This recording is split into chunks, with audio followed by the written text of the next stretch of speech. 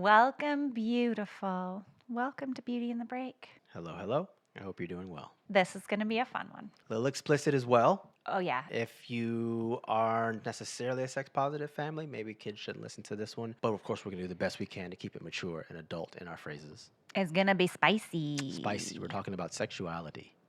Here's the thing you and I are in a heterosexual relationship, but you are not heterosexual. That is correct. You're not straight. Nope. And I don't really know what I am. I don't think I'm straight, but I don't really know. So all of that is Latin for we're going to try to figure it out on the air. Oh, God. I have lots and lots of thoughts and nothing clear. So this is what we're going to talk about today. Because I think a lot of people in your life, people in my life, people listening to this show, certainly do not know that you are not straight. Correct. And it's not from any place of me not trying to share that with them either. I don't feel that I have to explain things, especially after all the work I've done finding my own self. Mm-hmm. You're just you. I'm just me. And they'll find out inevitably. Yeah. That's the way it goes. They found out some point seeing social media posts. They find out in conversation when I'm passively saying like, oh, I dated this guy and so on and so forth. Or they'll find out listening to a podcast. Mm-hmm. That's just the way it is. So my first experience with anyone ever coming out to me was in high school. This was the 90s, folks. I think I was 15, and a friend of mine told me, I have something to tell you, and she told me that she was gay. I lived in North Carolina. I was kind of a sheltered kid. I didn't really know any gay people at the time. And my friend came out to me, and I was a child. I reacted very poorly. I got scared. I didn't really know what it meant for someone to come out. I had seen it on TV, but I didn't really know what does it mean that my friend who I thought was one way is now this other way. And I actually ran away from the conversation. I physically ran away from her. Like right in that moment. Mm-hmm. I remember so vividly, I went into the school auditorium in some hallway somewhere. Just felt really overwhelmed. And I think I didn't know how to process it in the moment. She came after me to console me, basically. She found me and was like, it's going to be okay. I'm still me. I'm still your friend. Nothing's going to change between us. And she had to console me, which I'm highly embarrassed to say because that should never be the case. But I was young. I just hadn't had that experience. I, in hindsight, felt so bad that she had to do that and that I reacted in that way. I really should have just been really supportive of her. I have apologized to her so many times over the years. Every time it comes up in my thoughts, I reach out to her on Facebook just to say it's again, She's sorry. Like, girl. It's been 25 years and I'm still going I could do so much better, but it stuck with me. Mm-hmm. And then, of course, I went to school in New York. I went to theater school. Everybody's gay. It's really hard to find a straight person in New York City at that time. And so I came back. Was that in your Yelp review of New York, by the way? I loved it. My God, it was great. It was fantastic. I came back to North Carolina to visit. I'm cultured at this point. I know a lot. I'm cultured at this point. I know a lot. I came back swearing every other word. I was so New York. And there was some family event. A family member of mine pulled me aside and came out to me that they were gay. Immediately in my head, I was like, I'm going to do this better. I'm going to do this much better this time. And I said, congratulations. This is so exciting. I'm so happy for you. They were younger than me, too. So I knew it was a scary thing to do at the time. But I had grown up. I'm 19 at this point. And I was jumping up and down. We should throw you a party. I pretty much overdid it, I think. I was really ready to redeem myself in terms of I want to be the safe person that people can come out to. And I want them to feel positive about that. I had spent many, many years feeling bad about how I spoke to my friend. I grew up a lot in those 4 years, and I'm happy about how I reacted to that. It's a pretty hefty evolution from hesitation to celebration. I don't think anyone ever came out to me ever again, though. That was going to be my next question. They told everyone, stop, don't tell her anything. Just be. You grow up and you just know people. People are already out mostly in my circles. And so there wasn't coming out because you get to a certain age and most people, they know that about themselves. Most people. I sort of, you say most. I don't know. It doesn't feel like it's most of me. No. We live in LA, so it's easier for that sort of welcome committee to be there and for you to be whoever you want to be as long as you aren't harming anybody or yourself. But I think a lot of people still have to figure things out. My guess is from a psychological standpoint, from the people I know outside of LA, having Hmm. no idea about anything except they're either gay or they're straight. And that's all they know. But there's a whole spectrum of orientation. I feel like it's less than most. Yeah. For me, it's quite dynamic, quite complicated, quite complex because I'm black and Spanish and I grew up in the South. All three of those things often don't look very highly upon people who are in the LGBTQ community. But I noticed since I was a young age that my attraction, young, 4, 5 years old, that I was attracted to women, girls my age and older, and women on TV or whatever. The culture I grew up in was highly sexualized anyway. I feel like I was over sexualized as a child Because why? because I think the environment was like that. All the kids in my elementary school we were nasty. We said dirty things to each other. It was sexual stuff. There was a ton of those things from an early point. I don't know how to explain how it didn't because you didn't have that growing up. Mm-mm. I don't know what made any difference then, but Well, we're of two different generations. Just kidding. Didn't you watch a lot of things with sex I saw, on yeah, that's TV a at a good point. young Yeah, age? growing up very often because I was by myself. By the time I was 6 and 7, I had already memorized Wayne's World, both of them. I had already memorized all three Beverly Hills Cops. I watched Forrest Gump, Ferris Bueller's Day Off, like all of these very adult concepts. With all of that openness, still, the society looked down upon people who were gay. The Hmm. culture that I grew up in still looked down with the slurs and everything. And the slurs were said passively, too, like nothing. Eddie Murphy had a whole comedy thing on, I think it was Raw or Delirious. He's just dropping the F bomb about the gay community to like it's nothing. So I grew up and seeing my close family also kind of putting those people down. But I started recognizing boys my age that I felt something about. So I just like kept it down and Same just kept it age? down. No, by the time I was 7 or 8, but it wasn't a lot either. So this still applies today. If you line up 100 women, I will be attracted to about 80 or 90 of them. If you line up 100 men, I'll probably find an attraction to about 2 of them. That applies even then. So imagine a kid who feels like he has to suppress that, and then it doesn't show up so often. It's easy to psychologically push it aside, especially when the whole world is saying like, "Ooh, your little girlfriend, Hmm.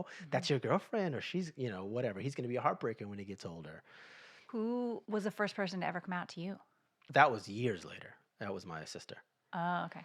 Everybody else in that culture, you could kind of get a sense that some people were. There was a guy that hung out in our family. He was very effeminate, but he consistently would show up with women. But everybody, when he wasn't around, would talk about how gay he was. Hmm. And so I'm seeing that. And I think, well, then I got to not tell anybody about anything that I'm attracted to in my life.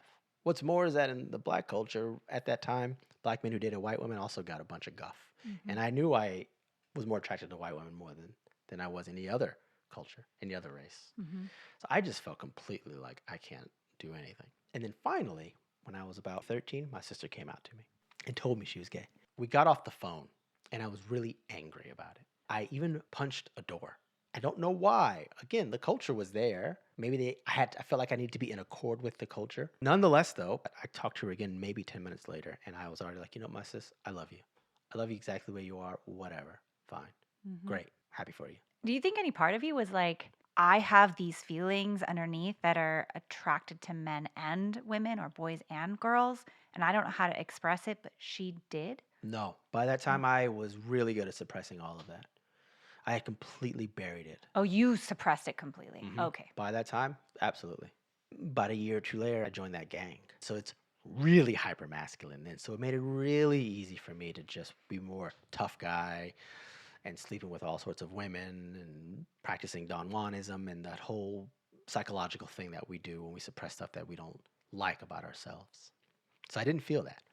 But eventually, fast forward some years later, I wasn't in the gang anymore. I was more introspective again. I was looking into what I was feeling and my thoughts in my life. And about 18 or 19 years old is when I gave myself the allowance to start exploring my sexuality. Mhm. I still had the thought in my head that I couldn't express myself to my family or to people around me because people were still being made fun of so much for being gay. And I already felt like an outsider already by being mixed race, playing guitar, by all the things that I don't fit in any which way. And I've never fit in society. And for the most part, they just left me alone. But when I heard them talk about people who were gay behind their back, it's different. Then I thought, I'm not just going to be left alone. I'm going to be ridiculed because how more different can I be now? And so I just wanted to start exploring and finding something out. And I met someone online, this guy. He was a little older. I really was unsure and insecure, but he spent a lot of time being patient and explaining to me what I'm feeling because he had went through it already. So the first time we met, we slept together. And then we started spending more time together, sleeping together, talking, having conversation. And I didn't know what I felt about that. I didn't understand what any of this meant, and I couldn't go to anybody. So he started telling me some of his experiences and kind of guiding me through some of my emotions and feelings and still giving me a bit of space to back away because I don't know what I'm feeling. Maybe this is a temporary thing. Who knows?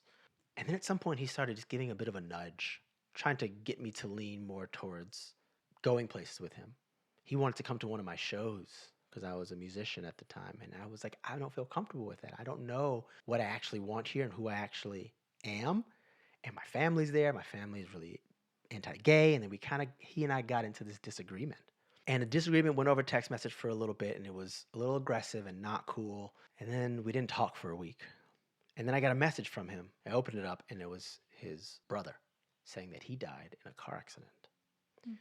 And he invited me to go to the funeral. So I'm sitting there with all those mixture of emotions. And then I feel this loss of a potential yes or potential no. Who knows? Right, very confusing very because confusing. it's not a relationship, but at the same time, it's the first person you ever were intimate with who is a man. Like, that's very confusing. Very. And then after that, who am I going to turn to? Yeah. I didn't feel comfortable. Ironically, I could have talked to my sister, I'm sure, but I don't know why I didn't. Scared? Fear? Who knows? I don't know. I didn't know who I was either. And maybe some of it is like, don't share this stuff with people until you got it flushed out first. Yeah. Maybe there's that. Yeah. And it broke my heart in a lot of ways. After that, it was just being intimate with a mass amount of people in an unhealthy way. Men, women, trans people, non-binary, queer, you name it. And this was all still in Jacksonville, by the way, because something in my head was saying, you're not going to find it with one individual person. Just go all the way out and see what you find. Go nuts. Go nuts. Pun intended. Was identity important to you? Did it feel like you needed to declare something at any point? Sexual identity? Yeah. No, not at You're all. just doing what you're doing. I just doing what I was doing. And my main thought was find out who you want to be the best version of it. Find out exactly who you are. Think less about the other people and explaining it to them because you're already an outsider anyway to them. And be mindful because this is something that they'll get in your way about because they're going to give you crap for it. So there's a weird gray area. It's like what they don't know won't hurt them. And if I tell them, they're going to come give me more problems. But I got enough of my own stuff going on right now. So you didn't feel the need to identify, but you also weren't out in any way to your family. How was it navigating those types of relationships? Did you hide it? Was there secrecy involved? I'd assume by default it is hiding it because I turn everything into hookups. So I'm at their house anyway.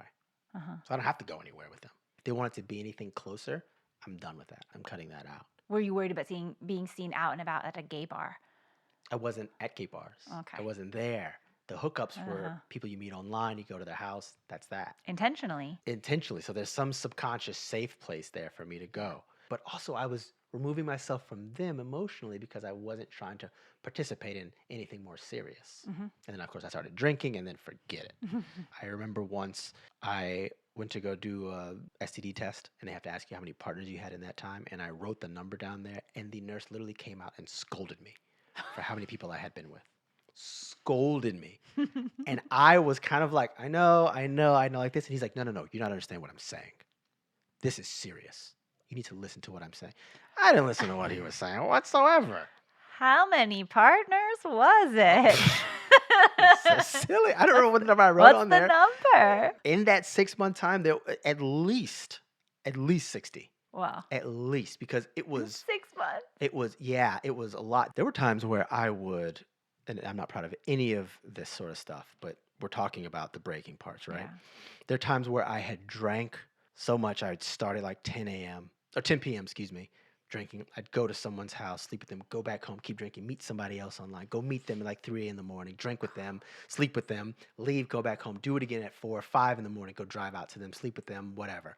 There was one time had to be 4 in the morning. They gave me their address. I was drunk. I drove there. I pulled up to their house. They had the door open and I could see the silhouette of their body there waiting for me at the door. And I thought to myself, this feels like a movie where this is the last person to see me alive. Oh my God. And I walked in there anyway. Yeah.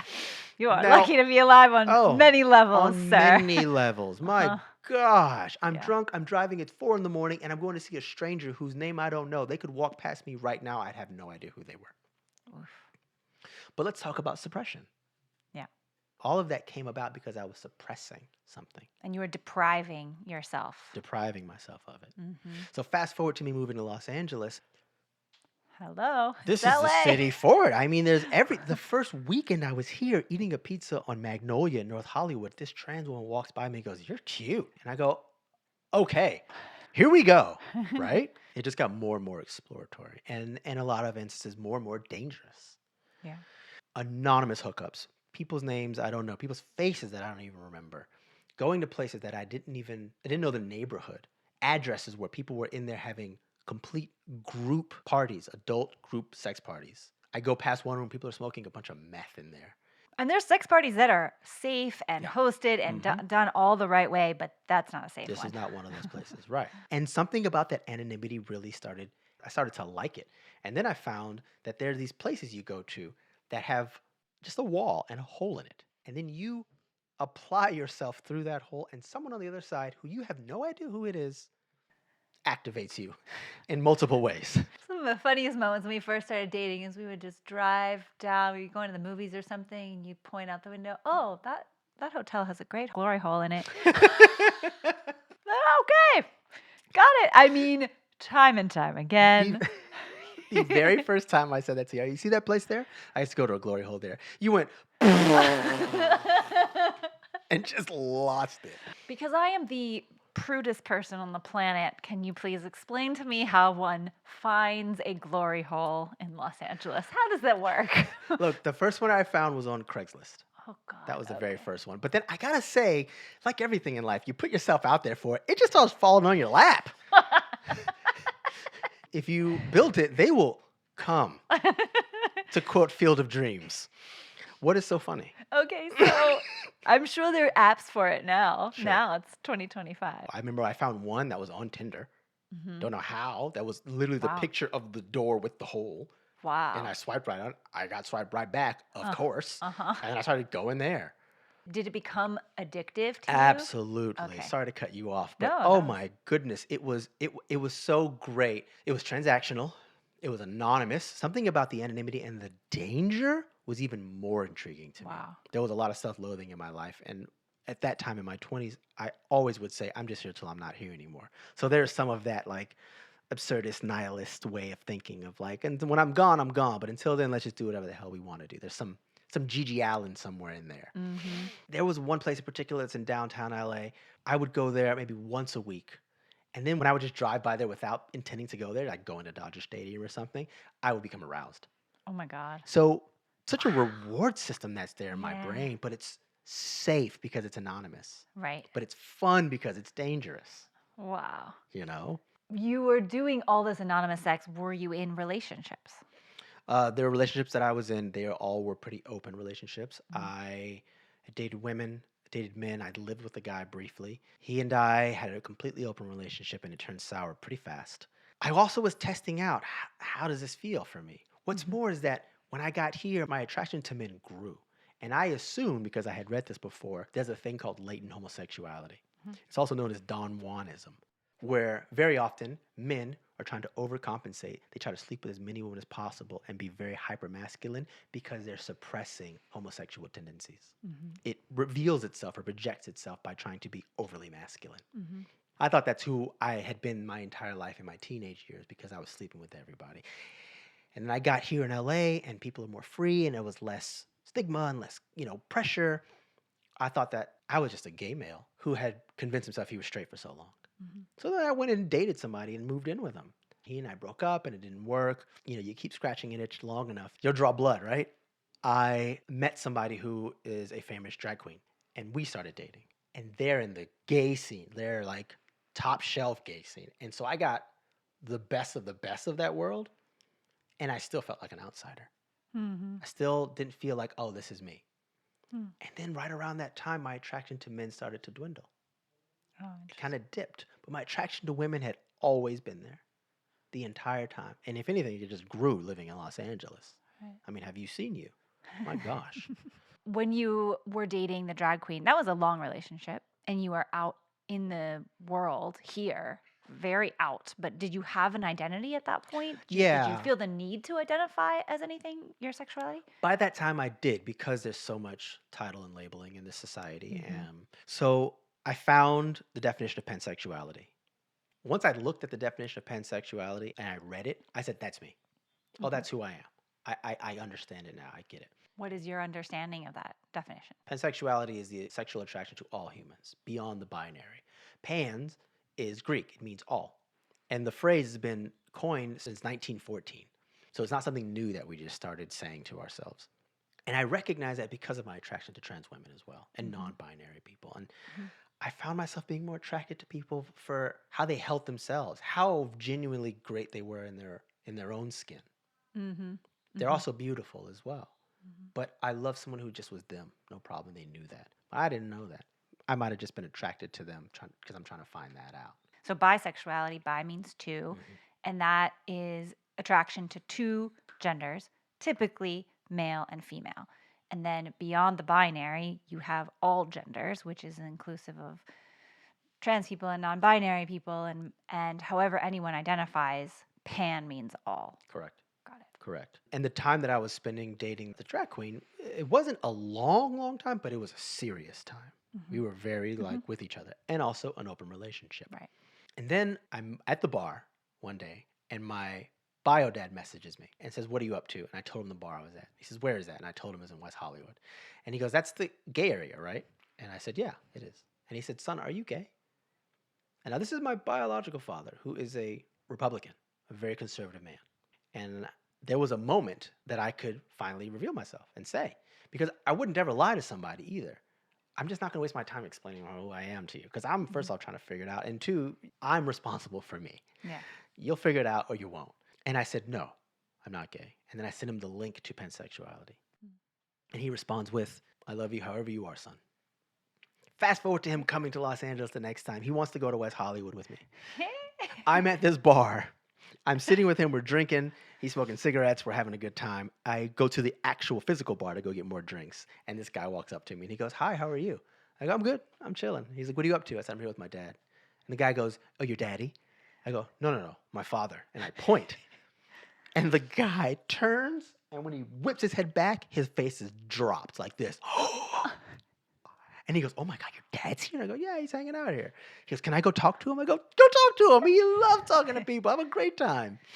I'm in line getting drinks. I come back with the drinks from my dad and there's like 5 guys sitting around my dad just talking, shooting the breeze with him. One of them walks up to me and says, "Could you have your dad talk to my dad, please?" Oh my God. That's great, man. That's It's very, dope. very unexpected Yeah. for someone like Yep. that. Yep. What a beautiful story. It was Yeah. fantastic. I Yeah. mean, he came to visit one other time. We were at a bar, and there was a guy across the way. And my dad goes, that guy's checking you out." And he hands me $100 bill and goes, "Go buy him some drinks."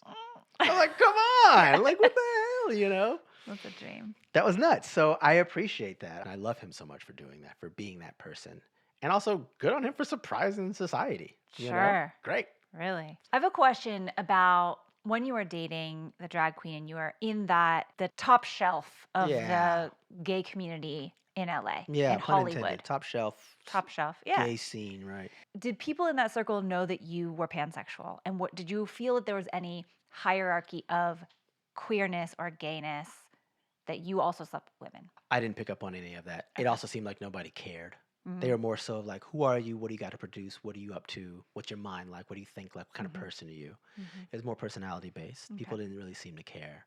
Okay. I mean, I was with them. We went to a party at Adam Lambert's house. And then Kurt Cobain's daughter was there. And we're all just playing what's that game called? Cards Against Humanity. Mhm. Like there's a spectrum of all these different people there from all different walks of life, of different decades, and no one cared. We're just hanging out. Mhm. So it never came up in that way. I didn't find any of that. What I found in a hierarchical sense was who's more successful, who can have the best comebacks, that sort of stuff. Sure. But that's not me. I don't live like that. My demeanor is so straight presenting, which, by the way, is one of the reasons why I enjoy being the sexuality that I am, but still looking and seeming straight presenting. Mhm. Because very often people have a stereotype of what a gay person is supposed to be, or a Mhm. gay male is supposed to be, or bisexual male, or whatever. And the moment I turn to them and say, well, I've done this before, their whole construct that they believed shatters. Yeah. I have a client whose child is gay. And when the client was talking to me, saying, like, I think that my child is just kind of going through a stage, it doesn't seem real to me. And I said, they could just be finding out exactly who they are. And they said, what do you mean? I said, well, I've been with men before. I live with men, actually. I've dated trans women as well.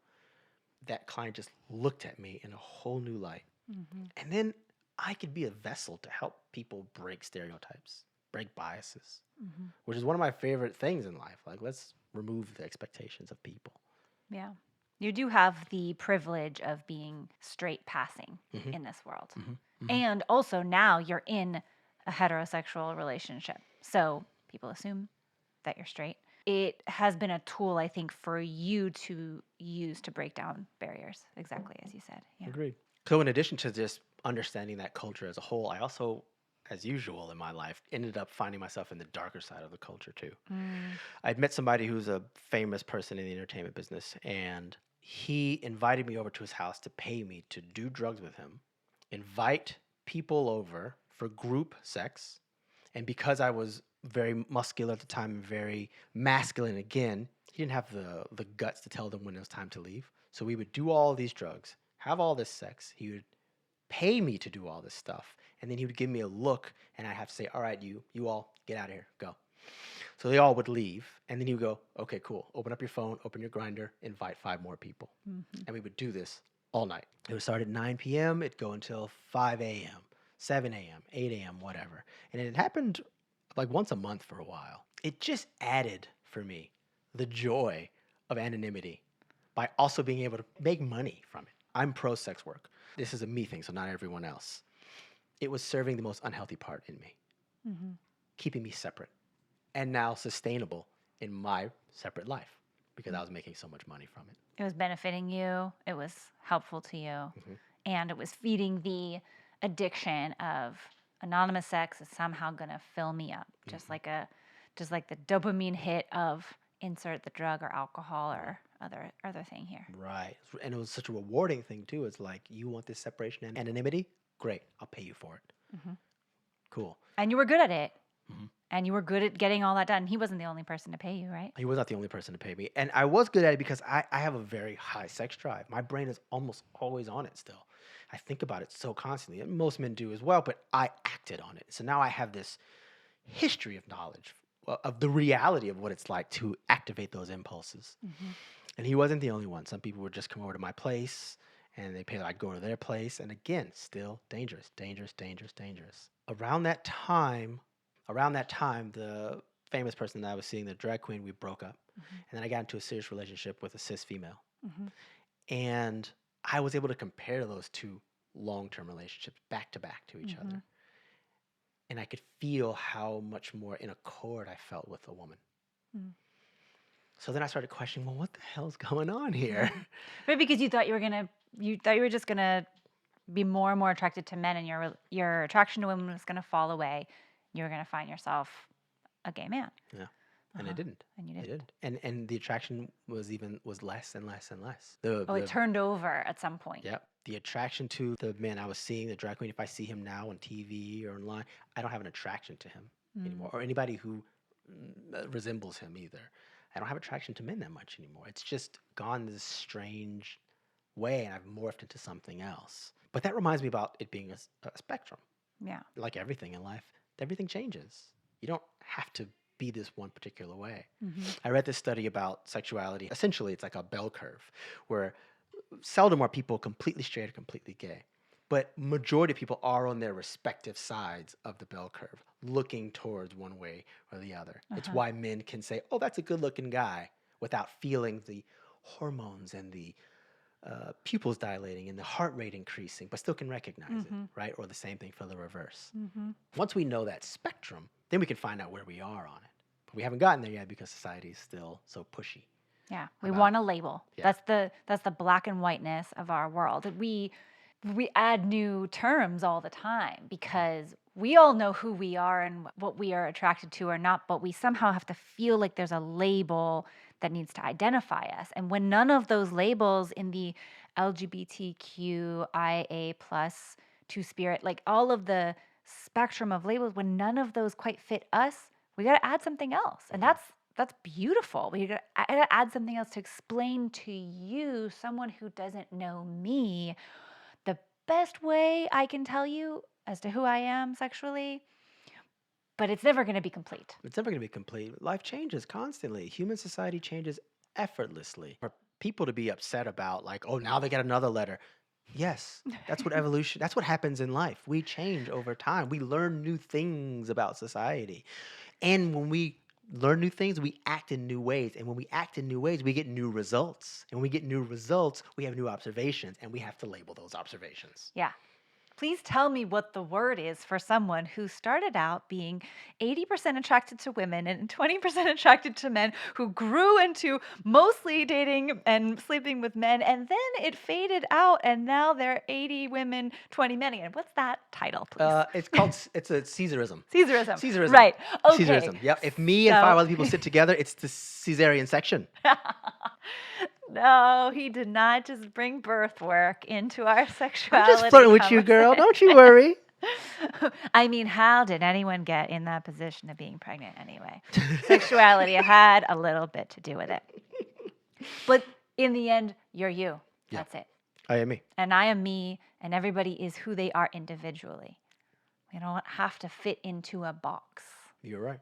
There are people right now listening to this podcast who are in my family who are completely shocked and didn't know any of this. I mean this in the best way possible. I'm not worried about that. I know who I am. I'm comfortable in my skin.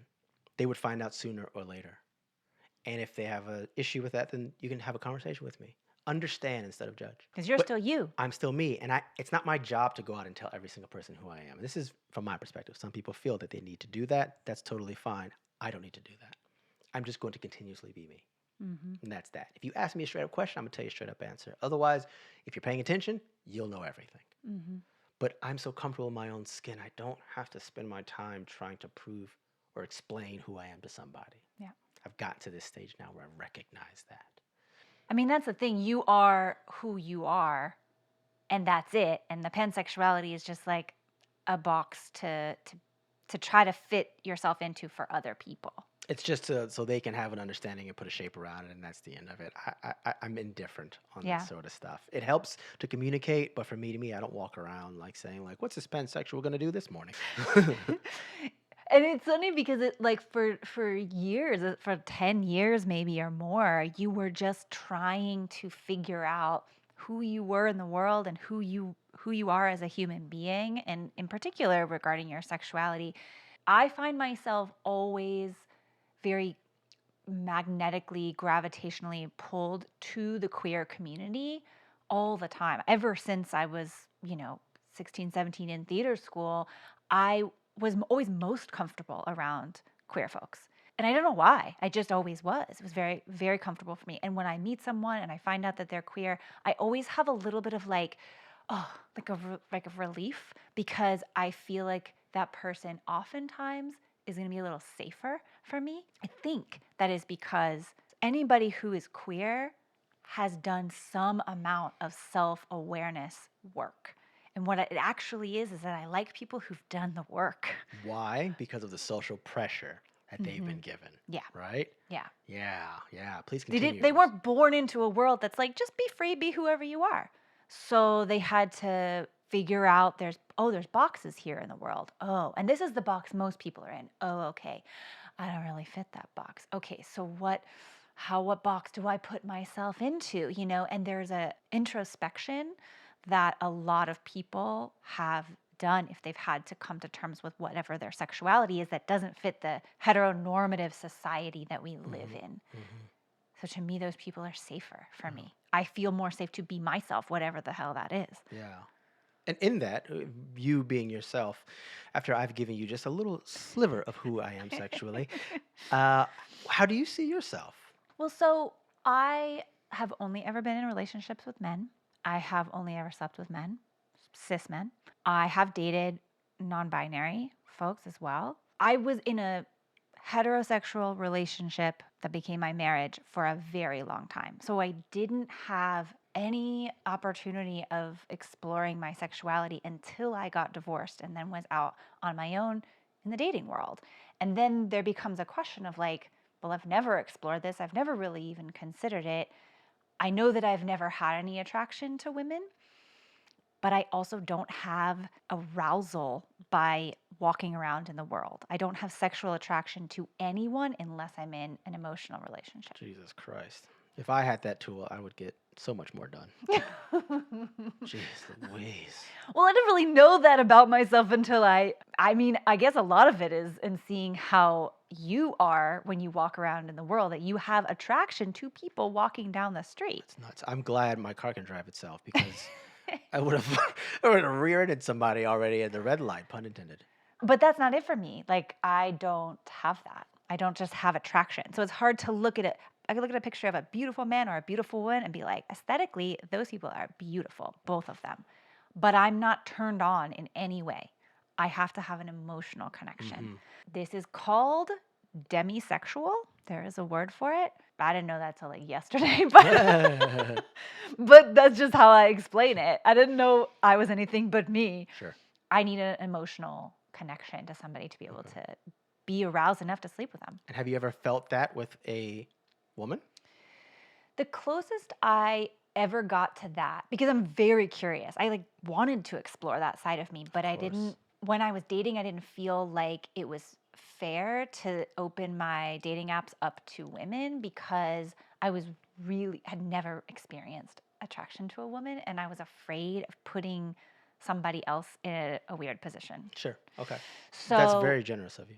the closest I ever got was a friend of mine who, after my divorce, she and I became very close friends. We are like soul sisters. I mean, we get along on every level. We are very bonded, like sisters would be. We are just such close friends. And both of us would say often, I mean, she's a beautiful woman, and both of us would say often, like, we were single at the time, like, should we just be together? Like, I don't know. I'm not sexually attracted to you, but could we make this work somehow? Because goddamn, we're like so compatible as human beings. It just never manifested that way. We both were like, we wish it could be, but it's not for us.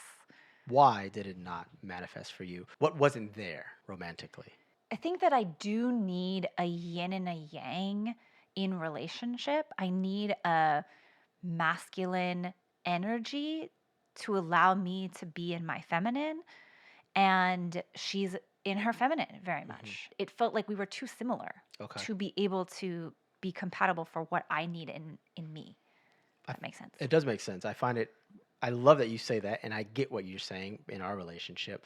And also, you have another extra scoop of masculinity in your living, and I have an extra scoop of femininity in my living as well. That's right. Yeah. Which is kind of cool. I think we really work out in a great way that way. What if she was masculine presenting?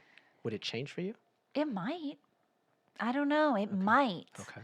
Because, and this is just hypothetical about this particular person, but I think if in She's relation, listening, by the way. yeah, I know she is, because she's my soul sister. I think there's a masculine and a feminine, yin and a yang in lots of relationships, regardless of gender or orientation or sexuality at all. You can have masculine and feminine in one dynamic of your relationship, in your sexuality, and you can have a masculine and feminine dynamic in how you run a household. And you can have masculine and feminine in how you handle your money. Like, you know, those things can shift in partners.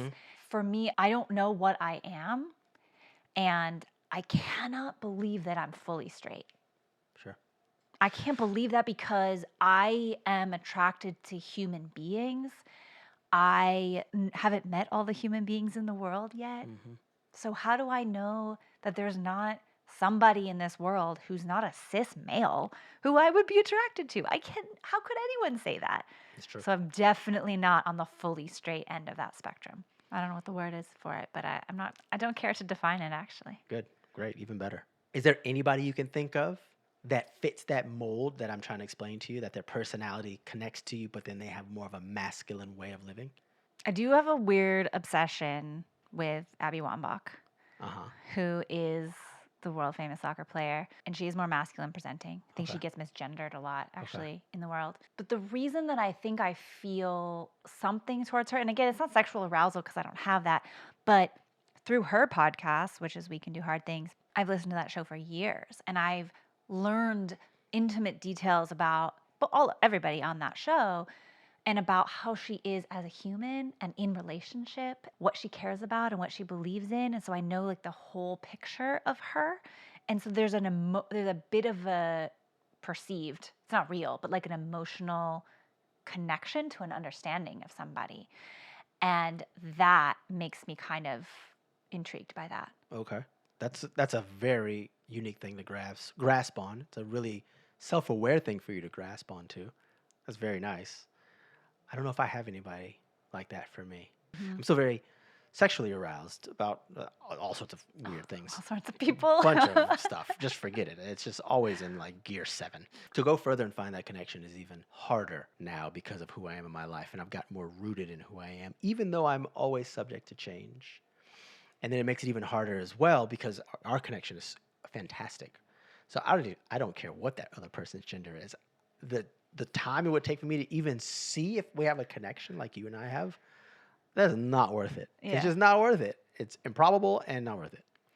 You have evolved so much over the course of your life in terms of your sexuality and has morphed to a place where now qualifying it doesn't really matter, but you are far more attracted to women at this stage in your life than you are to men. Do you think that it will morph again in such a way that you would be more attracted to men and in any way that would affect our relationship? I don't. I don't really. I really, really don't. Anything's possible, of course, as usual, but the one through line for me has constantly been my attraction to women. Mm-hmm. It has always been there, and it's only grown more and more. But more importantly, I have never been more rooted in who I am as a person. A lot of that stuff was me going around to try to find out who I am, Mm-hmm. right? Somebody might have the question, weren't you just experimenting? Well, if they're asking it in that way that they're trying to just, brush off or write off then they're going to be sorely disappointed because the answer is yes. In order for me to find who I am, and who I am as a pansexual male. Mm-hmm. Like everything in life, we experiment. We test everything out. What are we doing thinking that like, oh, it's just a fad? Okay, and then we learn something from it. We Mm-hmm. learn so much more from it. It's not just something that is not true. It's a piece that I took with me. Now here I am. In all of that, I've gotten more rooted in the person that I am by becoming a Buddhist, by becoming sober, by watching my mind, by being kind to myself, by validating who I am as a person and saying, you know what, you are good where you are, and also spend time just getting better. Mm-hmm. And when that person came together and then you came into my life, that is the biggest cosmic thumbs up that I could ever feel. Mm-hmm. So why on earth would I think that surfacey stuff is subject to change is going to mess with how I am? Yeah. It doesn't do that anymore for me. So I'm not worried about that. Are you worried about the fact that my sexuality has morphed might eventually affect our relationship? No, because, it could morph.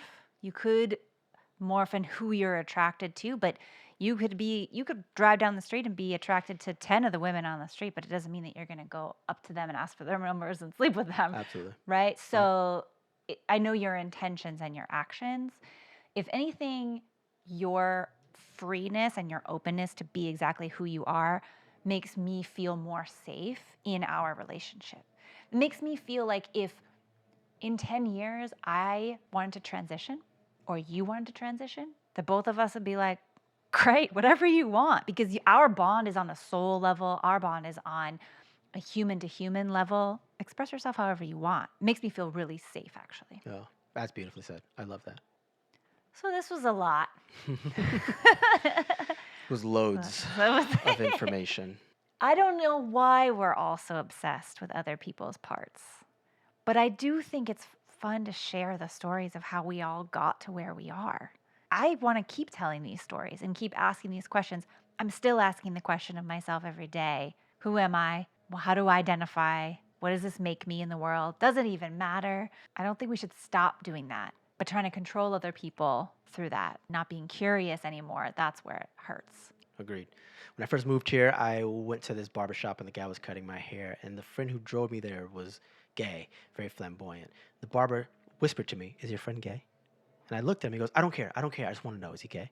And I looked at him. I said, "Then why does it matter?" He goes, I don't care. I don't care. But I just want to know, is he gay?" And I never answered him. I go, "You probably just should ask him yourself." And he wouldn't. He's like, "Oh, I don't care. I don't care. I don't care. But I just want to know." And I feel like that's the whole society we live in. Yeah. Constantly. We're so worried about other people's hearts and parts. But how much have you asked yourself this question? Well said. In all respects. In all respects. Thank you for listening to our weird and wonderful exploration of all of our intimate details, sexuality, identity, the needs for any of those labels. I feel really relieved and hoping that you listening feel some sort of comfort. And help you feel safe to share whatever your journey is. Right. This messy exploration of sexuality is ever changing. Thank you so much for listening. And as always, be kind to yourself.